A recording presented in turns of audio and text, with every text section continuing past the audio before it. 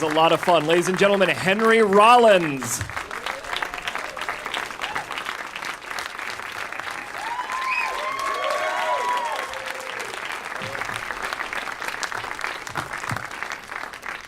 Welcome, sir, and congratulations on the film. It's a lot of fun. Oh, thank you very much. We're going to talk about it specifically in a moment and take some questions from the audience. I want to ask you about something, though. I want to ask you about professional curiosity, because I just listed all the things that you do, and I think that out of anyone I can think of, you are somebody who I think is able to focus in on all sorts of areas that you're curious about, zero in on them, and kind of make the leap from one thing to the next. How big is curiosity for you in all of your endeavors? It's the main fuel behind everything I do. Curiosity and anger. Yeah. Well, any place I haven't been, I'm mad at. I want to go. Right, and yeah. so you get your passport, the visa's stamped in, and you hit it. 3 weeks ago, I just came back from the Antarctic Peninsula, and it's curiosity that got me there. And I'm not mad at the ice or the penguins. I'm just angry to know more. Right. And so I just get up and go because I have nothing to lose. Yeah. In that, what else are you going to do? Sit around? I can't stand that idea. Yeah. And so I go. Yeah. What about, you've also talked about the idea of being a minimum wage person, a person of who was raised in a minimum wage environment. I'm the same way, and I think that kind of thing fuels curiosity as well. I think there's sort of a sense of, you know what, I wasn't taught it, officially. I wasn't taught it in schools. There's things that I want to know, and I'm going to try and find out this stuff. Does that fuel you as well? Absolutely. Also, I'm no one from nowhere. Yeah. And in high school, the teachers told me, "You're never going anywhere." I'm like, well, okay. And I got lucky with rock and roll, and I got to see the world, and I went from there. So I know where I come from, and I know what I can go back to, which makes me fairly fearless to go forward. Because if I land on the ground and break my arm, I just get up and, and just keep going. So knowing where I come from, I have zero fear going forward. I'm not a tough guy. Yeah. I just don't want to go back to where I was. Yeah. What about leapfrogging from one thing to the next? Does one project or one endeavor lead to the next, where you do a film and say, you know what, there's something I did some research on here. I don't know enough about that. Let me do something with that. Or you maybe have a host on one of your shows and you are intrigued by something there. You follow up on that. You say, you know what, maybe there's something I want to write about that, something I want to do. Do things kind of connect the dots like that for you? In a way, but I'm a creature of opportunity. I'm an adventurist and an opportunist.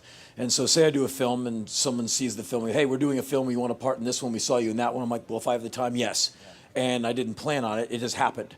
Like next year, there's a film I wrote a screenplay for, the film is finished, so I'll be out with that film next year, also speaking all over the world, about 25 countries. What happens in between all those points, if I have time, I'll go to a country I've never been to before. What happens in 2017, I have no idea at all what I'm doing in 2017, which to me is like cool, like let's fill it in, it's blank canvas. And so I don't do that much planning, and I don't say this year I'm doing movies, because I can't walk into a place and go, you're going to put me in a movie. That's just not, like He Never Died. I read the script, it was sent to me, I read it, I loved it. The next day, conveniently, the director and the producer were in town, I was in New York, and I met them and I said, I love this film. They said, we wrote it with you in mind, you want to join in? I'm like, I'm in. And that's how I got the part. But usually, I audition. I stand in long lines. I get humiliated. I get told, thanks, get out.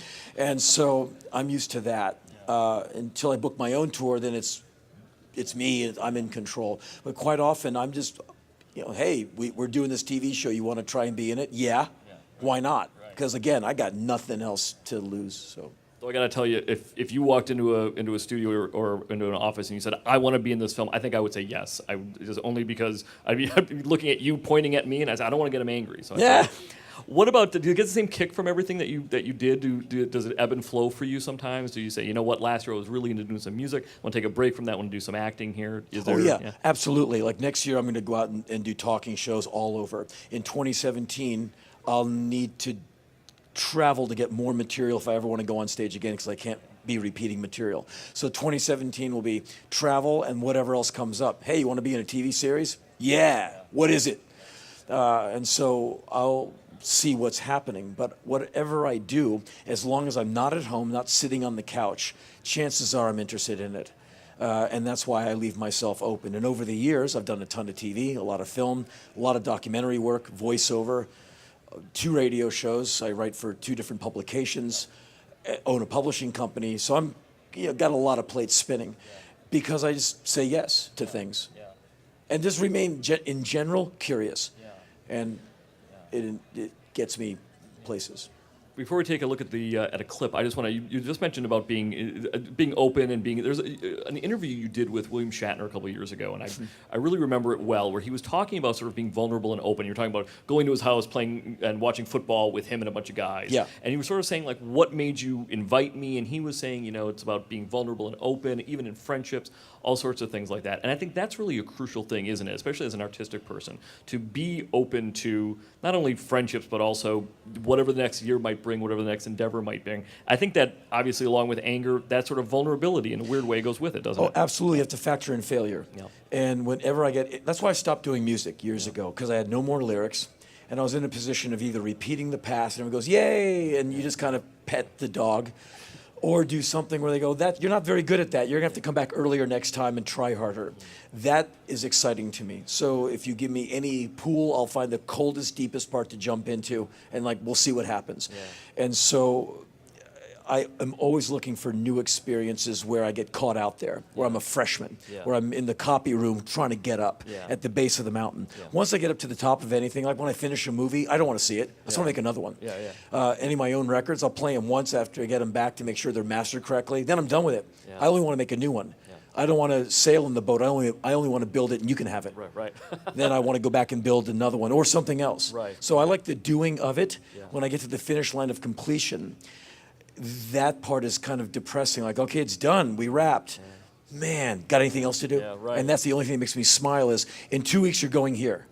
Yes. And what's the next thing? Yeah, and so I use my home as a resting pad where I can repack, reconfigure my gear, and leave. Like, I get back to LA tomorrow. I'm gone in about a week and a half. I'll be in Berlin by New Year's Day. Yeah, it's always constant motion. It's always what's the next thing.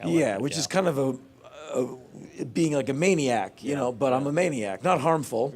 Just like I said, I'm an adventurist. So what I do is I invent headlines. I look at the map. I got 5 weeks off. I'll go there, moving in one direction.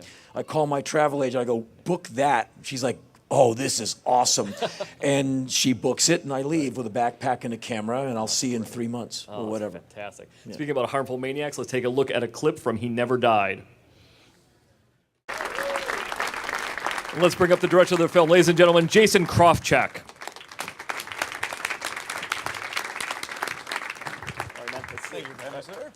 Welcome. Thank you. Now, you wrote this with Henry in mind, right? Yes, I did. Talk to me about the origin of this, the genesis of it, as it were. I was always fascinated with villains and just like the discussion of evil. Like, is evil an actual thing, or are you a victim of your circumstances and you could be that, or is it something innate in you? And then I kind of cultured this character, and there was a lot of Twilight was out at the time, so there's a lot of these suave vampires that were showing up, and I was like, is that really how it would be if you lived forever and you had to eat people, or would you kind of be detached and kind of sad but gritty at the same time? And he's inspired me in more ways than 1,000. So I definitely had him in mind when I wanted a gritty, tough looking, but a shred of sympathy kind of guy. And then you were the perfect trinity, this mind, body, soul of what I wanted to go for with something like that. So I definitely wrote him in mind visually. And then when I got to the part where we're going to casting for this, and they're like, who do you want to look and who do you have in mind? I'm like, Henry Rollins. And then a day or two later, I met you, and you read the script a bunch of times, which was amazing. I loved it as soon as I read it. Let's describe the character, because even though you get a sense of it from the trailer, let's describe Jack to the audience.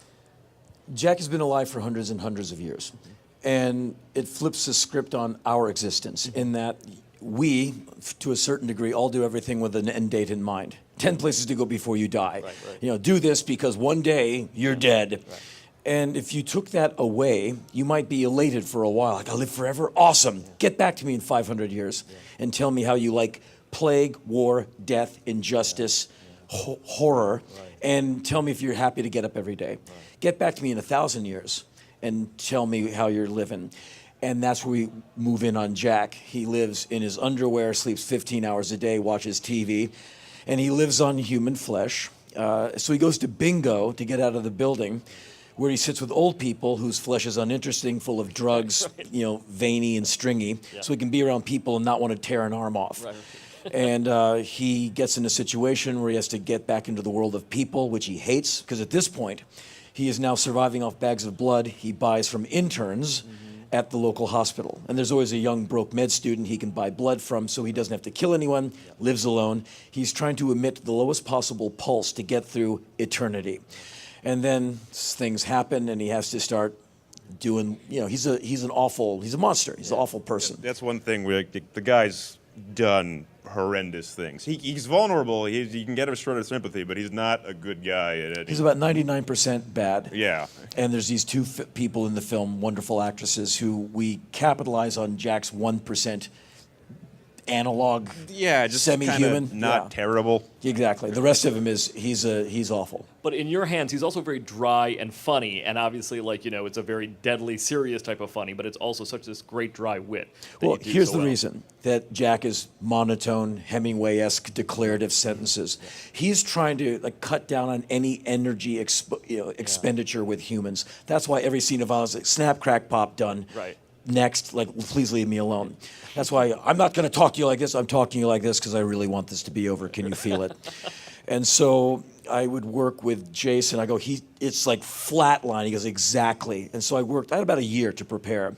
And I had to basically Botox my brain, my face, my central nervous system, because Jack is counterintuitive to everything that I am, which is active, loud, verbose, kind of bouncy. Yeah. Jack is like, and then you hit him, he's just like, really? Please, you got to go. And so I would ask Jason, that's the guy, right? He goes, yes. And so he's bored, he's depressed, and he finds any possible way to avoid people because they remind him that he's never going to die. Yeah. He really wants out. Yeah. No caffeine during filming, obviously. No Starbucks, no espresso. No, it was discipline showing up to the set every day and just I am in this linear... Because I can't lose that and all of a sudden break out into song and dance. Yeah. Or smile, or have a human moment with these people. I have to remember I'm other than. Right. And they don't get it. Right. And he's funny. He doesn't know he's funny. He's just being Jack. Yeah. And so it's situational comedy. Yeah. You see a young lady with a nose ring in here? Yeah. What does she look like? A young lady with a nose ring. Right. And I'm not even offended. I just need to know if she showed up, and I'll repeat that until he tells me. Right. And the funny part is the way you pitch it. He doesn't know he's funny. Right. It's what's around him that makes it funny. That's right. Yeah, trying to be serious and failing. That's right. I don't know why that's so funny, but yeah. I keep going back to that. Before we get some questions from the audience, I just want to ask you about, because you guys are thinking about this as a TV show as well, a TV series, and you've got a whole backstory set up for Jack, right? The whole idea of him. You've got stuff going through why he was in China during the Civil War and everything like that. You've got this sort of mapped out in a lot of ways. We got a good chunk of it mapped out. It is the the culmination of human history. So it's a lot, but we're trying to expand it as much as we can and get as much down as we can. And it'd just be a pleasure to get back in that world and work with Henry and the rest of the crew that were there. They were a dream come true. Yeah, we wrapped the film, and I was back in Los Angeles 2 days later. I had a day off in the wrap party, and then I left. And I got back to my home with a profound sense of emptiness. I missed the crew, I missed the set, I missed the actors and actresses, I missed Jack, and this thing that we had created. And I wanted a week off to catch my breath and go right back into part two. It wasn't written, but I hated leaving it, which is a good sign. And so we are conspiring together to see if Jack can keep on never dying, because it's a great story, and he's got a great mind. And so I want to get in the vehicle and go. So sounds great. We can take some questions now. Anyone from the left-hand side? We'll start and kind of swoop down. So do you ever get tired? And if you do get tired, what do you find that energizes you so that you can continue with your wanderlust? And where do you think the source of your wanderlust is? I get physically tired. I've been in New York for the last 3 days, getting up at 5 a.m. and doing 9 hours of press. My shirt is damp because I just sang a song with Stephen Colbert, which was completely crazy. We mauled A Christmas Carol. I don't think it'll ever recover. And tomorrow I get up at 3 in the morning to go to Los Angeles and do a full day of press after I get off the plane. I'm not high on anything, nor am I extraordinary. Like I said before, I know what I can go back to. And so what energizes me is the chance to do something really cool, like a film, like a tour, like a this, like a that. And so I jump on it. And when I do burn out, what gets me remotivated is looking at the next month on the calendar going, wow, look at all the stuff I'm doing. Or the fear of it, maybe in 2 years, there's nothing on the calendar, so you better hit this.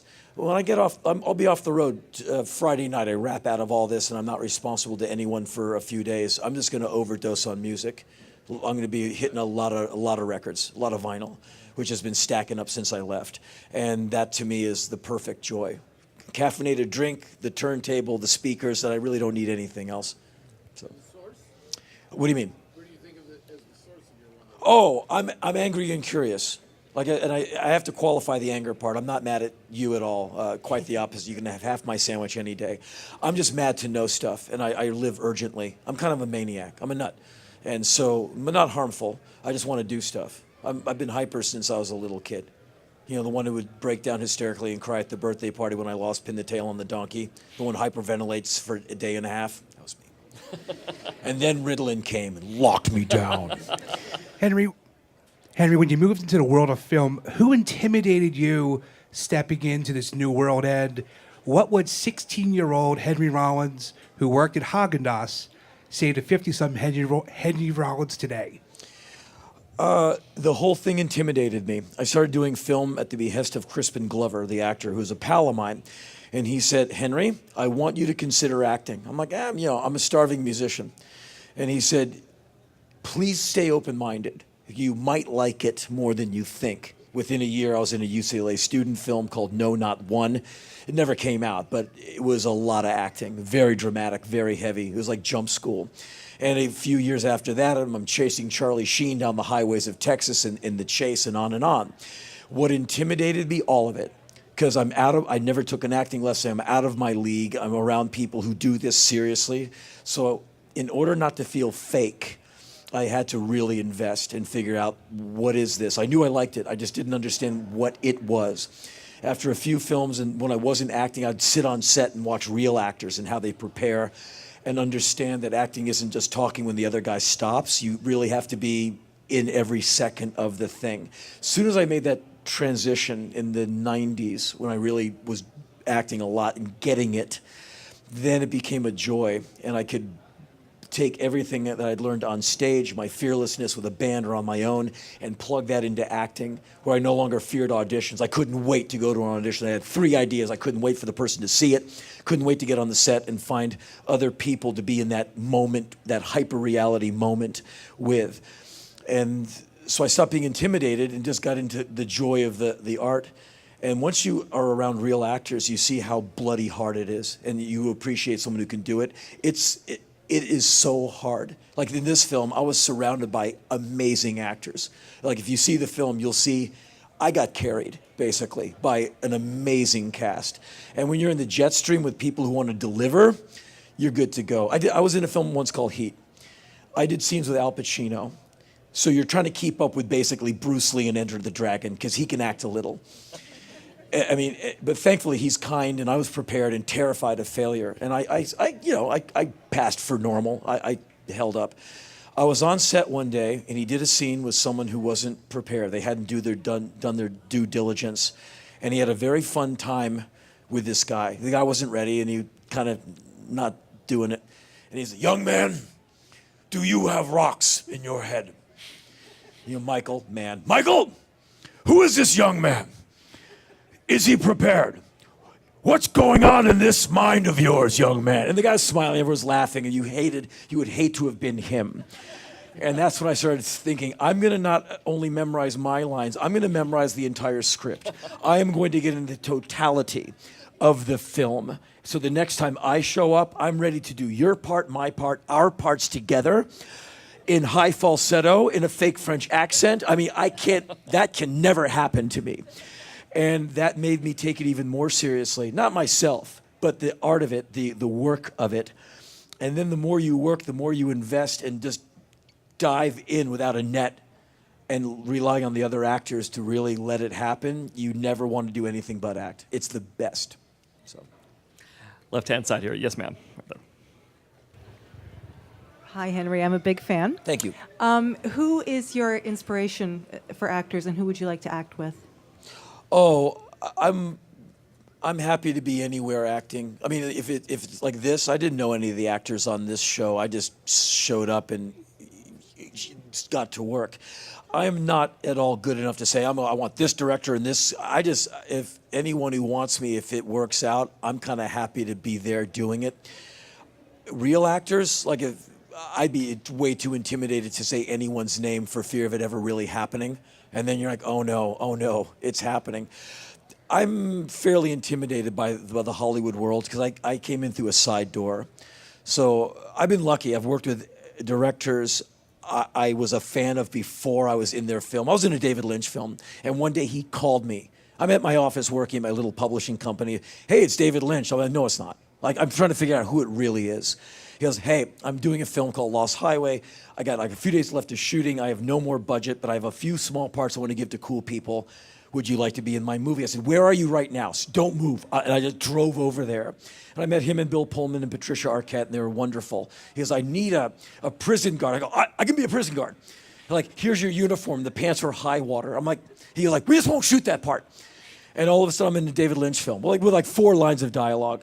But I spent, a week with David Lynch, and we're friends to this day. I would have liked to have said, I want to be in a David Lynch film. I wouldn't say that now for fear of it happening and me just bombing and wasting everyone's time.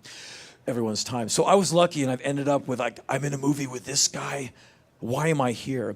And so it took me a few films to be on a set and not feel like the Hollywood cops are going to bust me and drag me off. Like when I got a role in Sons of Anarchy, I'm like, really? I'm screwed because these people can act. What am I going to do? And so I hung in there. I was clinging, getting beaten up by Charlie every day. But for me, the whole thing has just been, it's why I take risks. Because it puts me on my A game. Every day you wake up at 4, okay, don't screw this up. That's when I'm at my best. When I think I've got it handled, that's when the crocodile bites you. And I never think I've got it wired. And it's good for me to remember you're not that good, so you better show up early and then you better bring it because you're going to be out. Everyone else is much better than you. That's good for me to keep in my head. I'm going to take 2 more questions. Just a very quick question. Was there one moment that surprised you guys on the set the most? Was there something spontaneous that came up? When it comes to spontaneity, the thing that surprised me the most, actually, was we were doing the finale of the movie, and we didn't have a lot of time to rehearse the scene in segments. So you had to do 10 pages of dialogue straight, like a stage play, and just being able to see that, because you'll never see that on a film set. You'll just see the, I love you, cut, and then that's all right, set up for a half hour. And then, but to see actors intertwine and come in and come out and have him do the whole thing in one large chunk, you never really, that never really happens. So when you get to see that, oh Jesus, his enthusiasm is ridiculous as well as his dedication, and this is we have to make this good. With your booming stentorian voice. Not as loud as yours, though. So basically, when I heard about this film, I sort of read into the backstory. Kane, it's based on Jack is basically Kane, and that story I've discovered happily is kind of been retold many times over the past 6,000 years that it's been around. And my question is basically, did you guys do a lot of research? Did you read, Steinbeck did a version of Cain and Abel and East and Eden? Did you read in any the other sort of mixes or takes on Cain and Abel and incorporate it into your movie and how you built your character? When it comes to just the strict Cain stuff, not so much. But I did do a lot of just, Paradise Lost. That was something I really wanted to dive into, and just the dichotomy of evil, good and evil, and just making sure that was. I wanted to keep it. I wanted to have the mythos of religion in it, but not be a religious movie, if that makes any sense. It just so happens the guy's Cain. It just so happens this, but Kim psychologically is a stone's throw away from somewhat what could be reality. And I just wanted it. So when it comes to research, I kind of try to stick that to more Ron Johnson, help me out here. John Ronson, just keeping the psychology and trying to keep that fairly concrete or fairly close to reality. Henry, how about you? Did you do any For social reading? me, it's my disappointment with humans. Well, in our wonderful country, in 1865, we had the 13th Amendment, and it didn't really free anyone. And in 1868, we had the 14th Amendment, equal protection under the law. And from that, we get Jim Crow. This country has failed one time after another to have equality. Women are some weird minority who, when they want equal pay for equal work, they're like, what are you crazy? Gay people are ghettoized, and we don't seem to be able to get over these hurdles. And that's when I want to write off all Homo sapiens and go, you know what, I'm done with you, and I'll just take my Zeppelin 4 record and go to my room. And so sometimes I have heartbreak over humans, what they do to each other. They go blow themselves up at a venue and kill a bunch of wonderful, beautiful young people. What if you had 1,500 years of that in your thinking? What if you could reference every war man ever did? What would your disappointment and hatred of humanity be when you had to endure wars, pestilence, and so much injustice that we exact upon each other all the time? And I'm only 55, so I've had quite a snoutful of it, thank you very much. What if I had thousands of years of it? What would I be like? That's what I put into Jack. I didn't do any research. I just tried to think, what would he be like right now after all of that battering? Maybe he loved once. Maybe he used to be a more upbeat guy. Maybe he enjoyed being a soldier who couldn't die. He got jaded, and he's the most jaded, depressed biped on the planet. So it's any bad day you've had plus centuries to dwell. And that's what I brought to it. So he's a crushingly depressed bummer monster. And which reminds me, on Sunday mornings, I hate him. I'm kidding.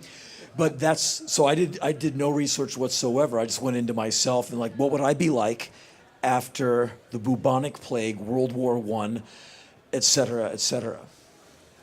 A bummer monster, but one that you're going to enjoy seeing. No kidding. It is really a lot of fun. Ladies and gentlemen, Henry Rollins, Jason Krofcheck. Movie is He Never Died. Thank you. Thanks very much.